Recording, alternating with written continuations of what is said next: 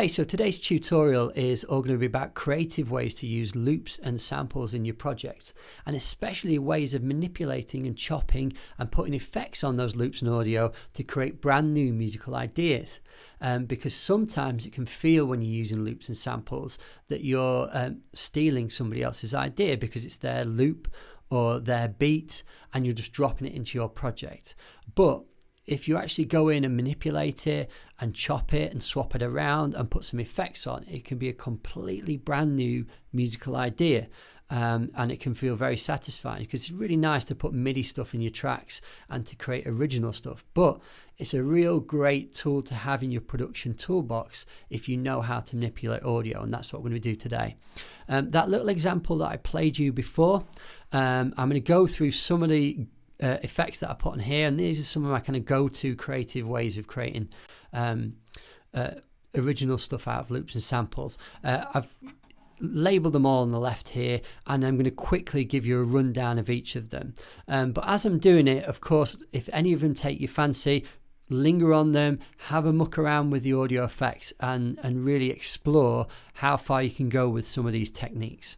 So here's the finished product, what I showed you before. But if we zoom over here, here's what I started off with. The three loops, audio loops, just the bog standard loops in Logic. I've not found these anywhere else. I literally got them from the little sub menu here, and here they are.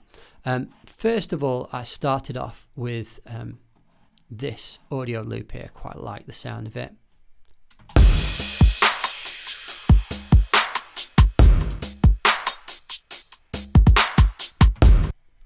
Yeah, it sounds quite nice. The only problem is, like I said before, is that if I just import this wholesale into my track, it's really just somebody else's beat at the moment, and I want to actually glitch it up a little bit and make it my own. In order to do the next little thing that we're going to do, I'm going to I've used my track in custom mode up here, and the way you get this big window, because I quite like this big window because it usually shows you more information than the smaller default window that you get in Logic. But if you want to know how to get this, you literally just click that little arrow next to it, and there's some options here. It'll default to Beats and Project, I think. So I just usually use custom, and the reason I use custom is you can see this little thing here under the time signature, says division, and it says 32, and that is how many divisions it gives you on your little grid. It usually defaults to 16 here, but if you click on it, you can actually zip it up to 32, and this is important because I'm going to use this in a second when I'm chopping up this loop. So let's zoom in a little bit, and if we zoom in on our loop, you can actually see the actual individual drum hits on our project.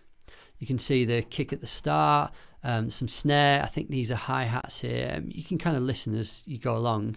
And the first thing you want to do is press T and get your little tool box up here, and you click on the scissors tool. And when you're chopping up audio loops like this, it's really, really important to do this next step. And what it is instead of just randomly just clicking where you want to click, sometimes it snaps it, but sometimes it might chop it in the middle of the grid lines, and if it chops it in the middle of the grid lines, it's going to get really, really complicated to do what we're going to do in a minute, which is to rearrange parts. So what you want to do is when you're chopping up your audio loop, say I think this is a hi-hat here, let's just have a quick listen. Yeah, it's a hi-hat. So what we're going to do is we're going to hold the mouse down, move the playhead so it snaps to that line there, and then we're going to let go of the mouse. And then we're going to do it just on the beat after, or the semiquaver after. Let go there. Although it's 32, so it's half of a semiquaver. And what you can do is now we've chopped out this little bit of hi-hat here, we can copy it like we normally would do an audio loop, which is to hold down Alt or Option depending on what type of keyboard you've got, and you can just drag it across and wherever you want it, and you can let go of your mouse and it will copy that hat, and it'll put you an extra hat in there. In fact, I'm going to put two back to back. Let's have a quick listen to what that sounds like. And it creates that little glitchy sound. I'm actually going to stick that a few more times just to create something interesting. Let's stick that. Yeah, let's stick that there. And I'm going to put another one here. There you go.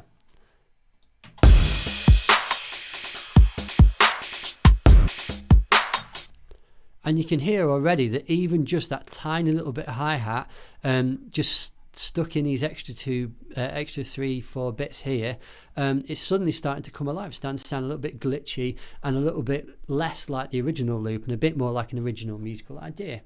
Let's find a kick drum. One of these is here, I think.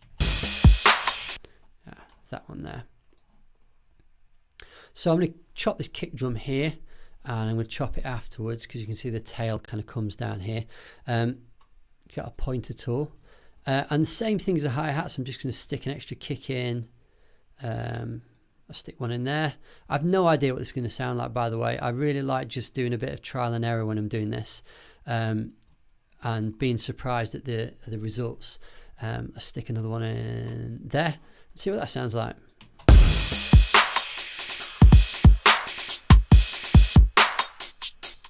I quite like that. It's kind of a little bit of a stutter step kind of thing. If we go back to the start, obviously you can try that and you can rearrange it and you can try a bunch of different things. Oh, just before I move on, by the way, what I like to do a lot of the times is chopping up this audio loop here.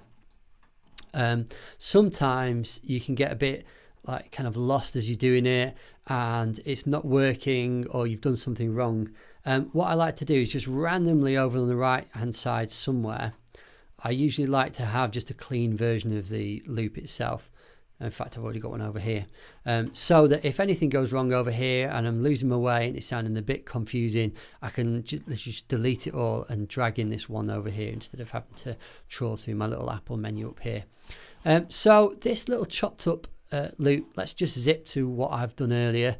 So you can see that I've like chopped it up quite a bit. Let's just have a quick listen.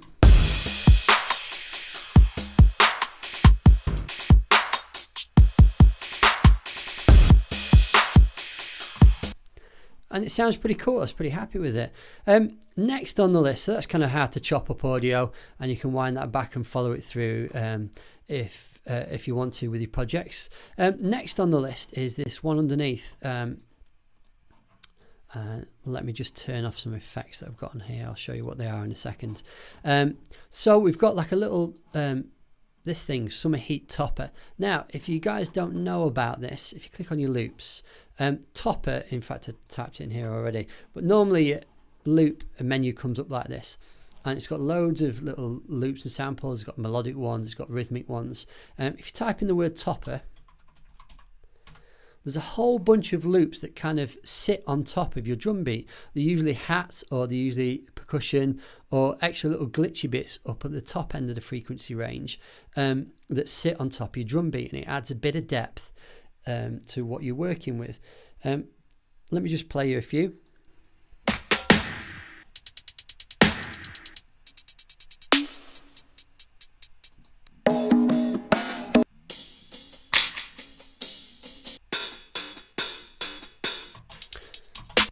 You can hear those, you can hear how they kind of sit on the top of your beat. Some of those last couple were a little bit glitchy because they're originally at 116, 110. Apologise, my phone just went off in the background just then. 116, 110, which means that when you're dropping it into your project, it's going to slow it down to the tempo of your project here, which is 70 BPM. So I actually got this one here, the Summer Heat Topper. And this is what it sounds like with nothing on it.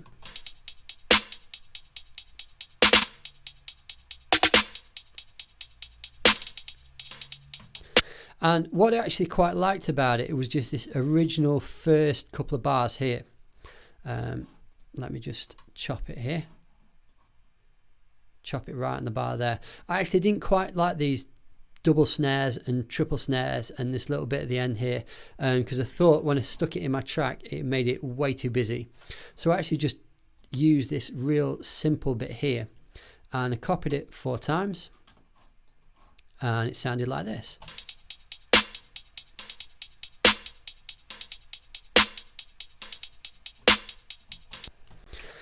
So that's one way to use toppers, and you can just stick that on top of your track if you wanted to. Let's just hear it on top of that little drum beat that we had before.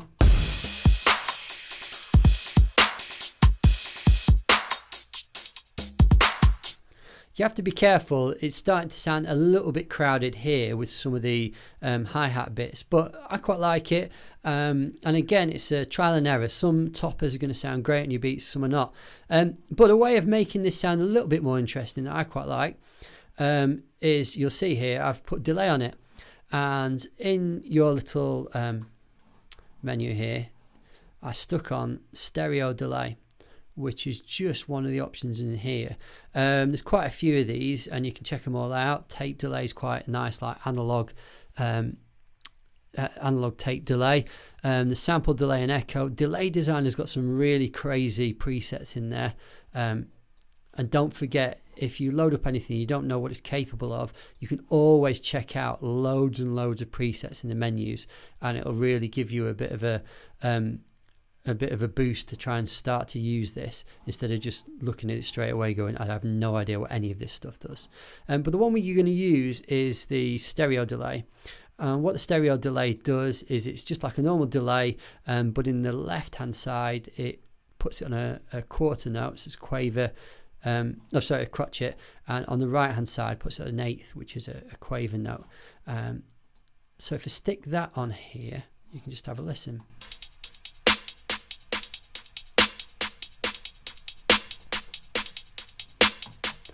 I actually quite like that effect there, and sticking that on top of my chopped up audio.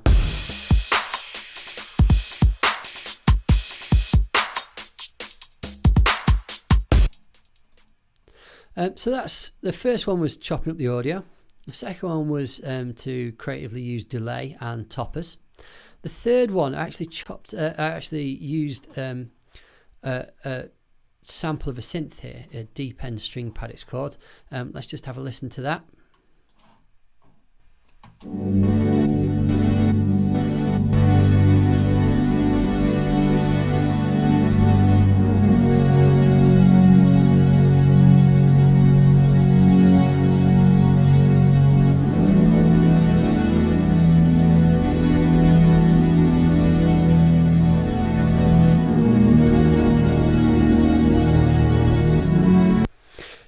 So you get the idea. It's this big long pad here.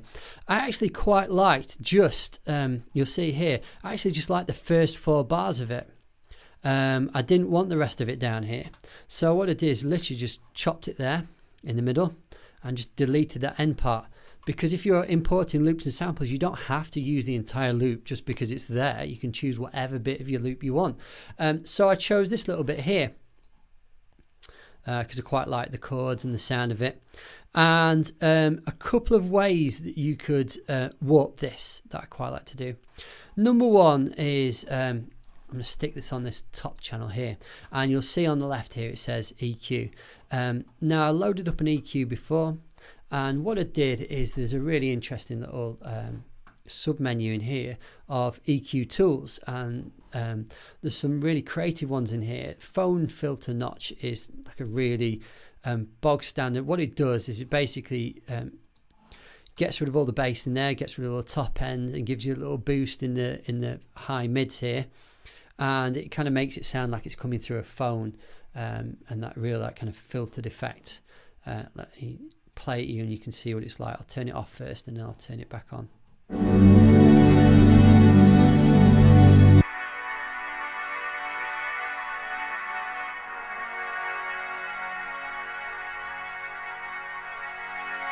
So I'm sure you've heard that kind of effect on 1,000,001 tracks.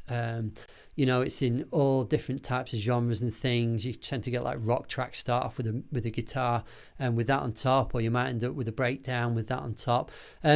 So EQ is a really interesting way of musically mucking around with what you're doing. So EQ is number one. We're going to take that same loop and we're going to drag it down here. And you'll notice I've got something selected called Phat FX. And it's something that was new in Logic not too long back. And what it is, it comes in this little submenu, multi-effects. There's 3 or depending on how up to date your Logic is, you might just have Phat effects and step effects. But we're going to start off with Phat effects. We're going to double click on it. And what it basically is just a bunch of modules stuck together. And when you first load this up, if you're not really sure about what some of these do, or you've seen some of these words but you're kind of not too sure how they work, then don't be too put off by this. In a nutshell, what it is, it's basically a load of different modules stuck together. And again, there's shed loads of interesting presets. So you can just load up a preset. So I loaded up this filter rich groove, it's called. And let's hear what it sounds like.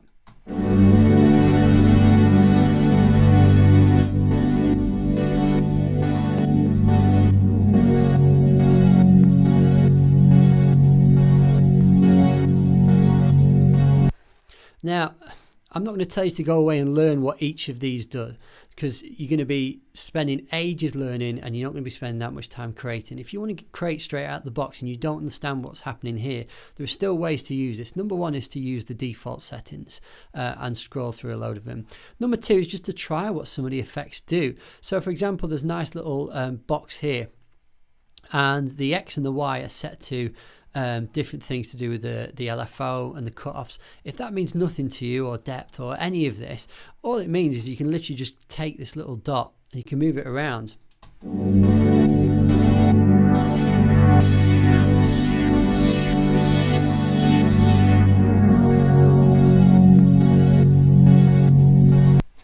And it creates lots of interesting textures and dynamics. And the whole point of this box is that you don't have to worry about this. You can actually create just by moving that little dot around.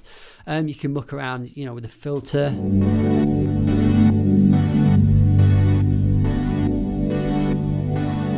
There's bits on the drive. You can try turning off bits of these. You can turn them back on. There's loads and loads of different ways you could use it. And like I said, there's loads and loads of different presets that'll really get you on the right track to start off with. So that's Phat effects. The one just underneath that I mentioned is called step effects.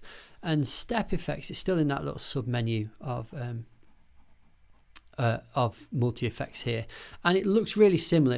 Again, it's like a bunch of modules stuck together, but underneath the bottom is it's a little bit like a step sequencer, and what that means is that it kind of goes through time wise and triggers different parts of this.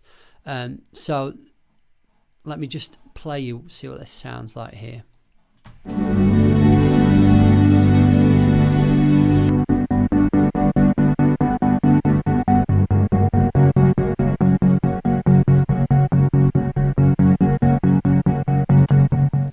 Just move on to the next one so you can hear.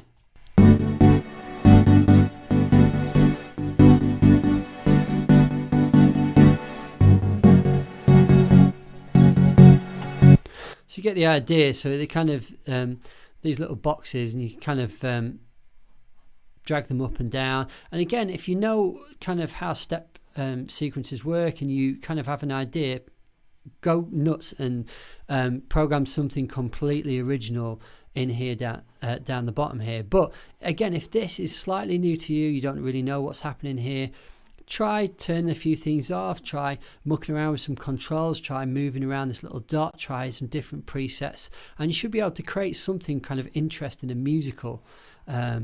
So what I've done over here is I had in this main part, I had both the Phat effects and the step effects on here. Let's have a quick listen.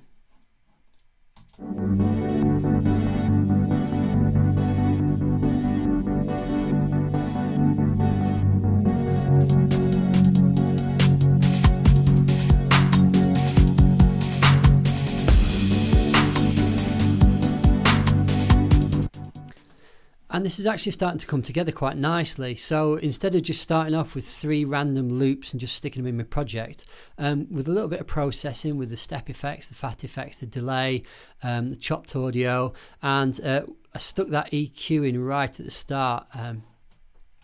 So it actually starts off the tune with, I've taken this Phat effects out at the start, and instead of that I've stuck in the EQ'd string pad at the start. so it creates that kind of intro feel to it.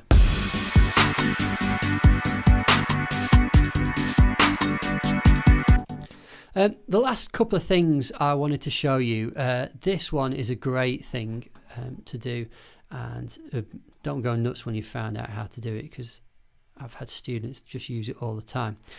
You'll notice just before it kicks in here, the little drop, there's this little wind down here.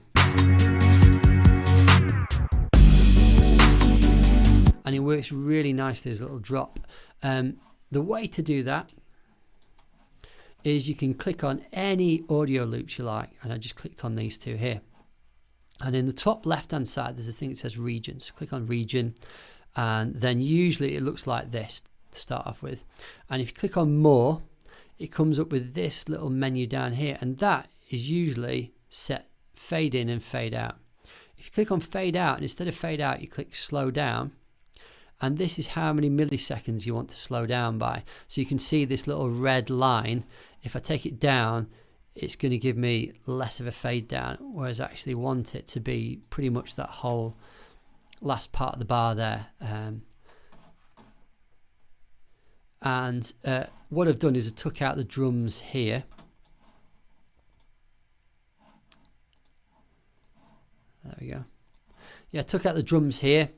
And I actually automated the delay to turn off, so there's a real clean gap here.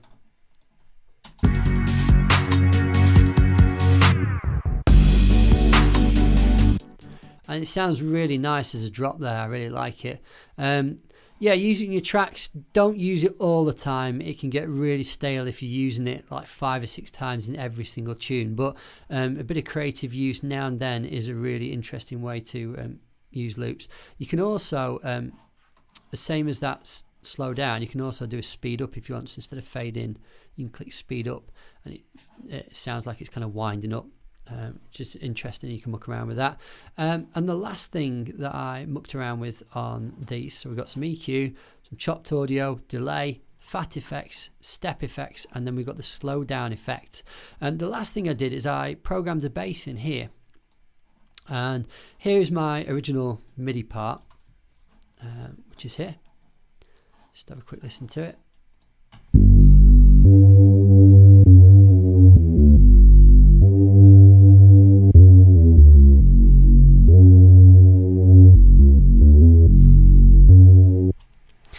So I created an original MIDI part, but the problem is that if I want to do any of these things up here, so if I wanted to chop up my my MIDI part here, if I wanted to do the slowdown or anything like that, it's a bit difficult to do that with MIDI.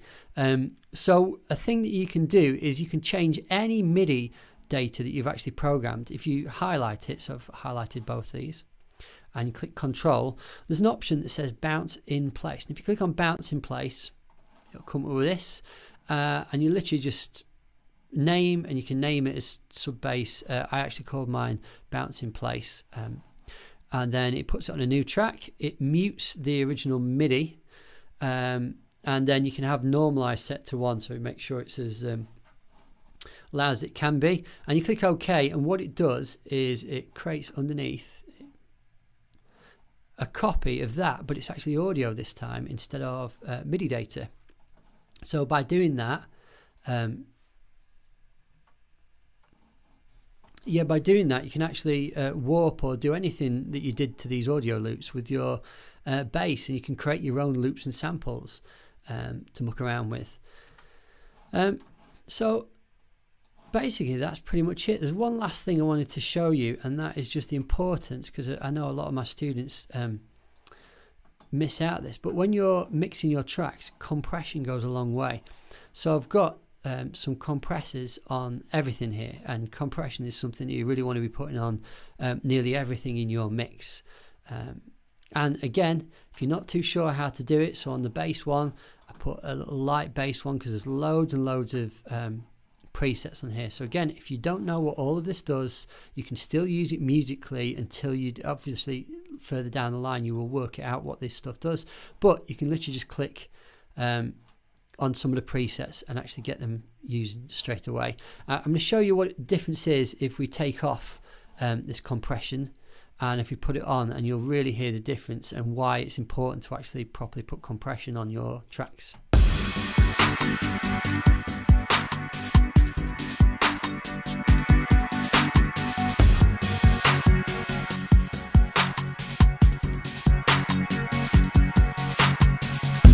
It just adds that little bit of depth, a little bit of bite, and it just makes it just sound a little bit more, just holds it all together a little bit, and it just sounds a little bit nicer. So don't forget to put some compression on things.